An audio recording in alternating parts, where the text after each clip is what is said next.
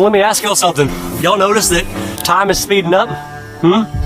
Months are flying by like days, and years are flying by like months. And if y'all read Matthew chapter 24, it's one of the scariest books of the Bible, but it's also one of those books that I believe we're in right now. Jesus said, if things get too out of hand down here on earth, okay, this cursed earth that we live in, and the evil gets too wicked, too out of hand, that he would actually have to shorten the days and speed up time. Otherwise, nobody would make it through. What y'all think about that? He would actually shorten the days? Buddy, are you saying he's going to speed up the clock? That's exactly what I'm saying. We've gone through a time shift now, y'all. And I don't know exactly when it started. A lot of people say around 2010. A lot of people say COVID. That really doesn't matter. The point is, time is speeding up. So I want to give y'all a little biblical reference here because I'm not just talking in conspiracy theories. This is Matthew chapter 24, verses 21 and 22. This is Jesus talking here now. For then there will be great distress, unequaled from the beginning of the world until now, and never to be equaled again. If those days had not been cut short, no one would survive. But for the sake of the elect, those days will be shortened. To say those days would be shortened is actually pretty wild, ain't it?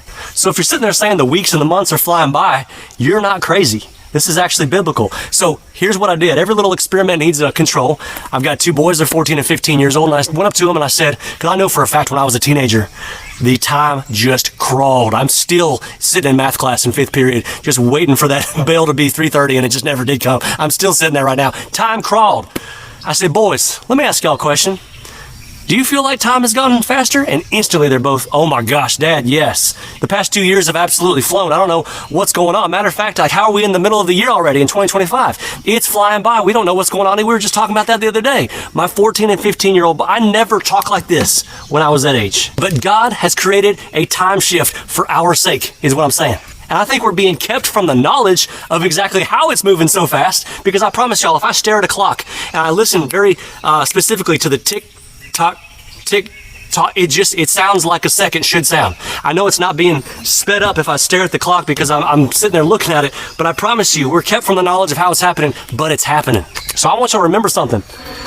The earth is cursed until we receive a new one, the one that's promised in the book of Revelation. If you're feeling misery or if you're feeling pain, it's not because God doesn't love you. It's simply because the earth has been turned over to the devil for a time, okay?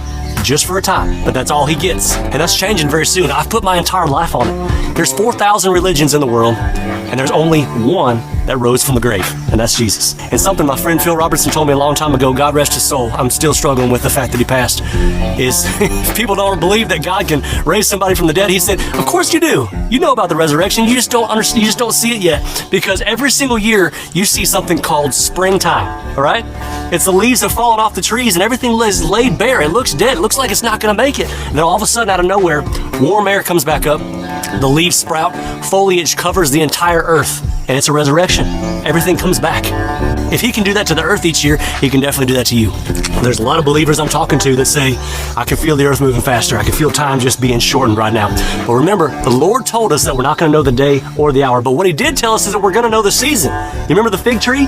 Read the story about the fig tree. We do know the season. I believe we're in it. I don't know what part we're in, but we're in it. So time is speeding up and the days are being shortened. I mean, Trump right now has just said Russia's got 2 weeks. 2 weeks to stand down until I don't know what's going to happen, right? I mean, he just used the word nuclear on national television just yesterday, and that should be a little disconcerting, right? The whole world, all the nations right now are turning on Israel. There's wars and rumors of wars, all this kind of stuff, and it's awesome. This is fantastic. Somebody's like, how can you talk about end times, buddy, with a big smile on your face? Because I know where I'm going, because I know I'm not a citizen of this earth, because I know exactly where I belong. And this is a beautiful place. I'm so incredibly blessed that God has given me what he's given me in this lifetime right here to get to experience this thing. But this ain't it. This ain't it. So until then, I'll be out in these woods right here with my shotgun and my Bible and my family, and I'll just be enjoying life. Because here's the thing I think about every single morning now.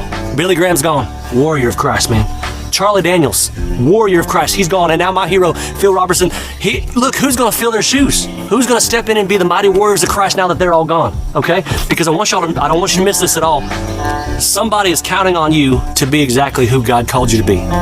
Somebody out there is counting on you to be exactly who God has called you to be.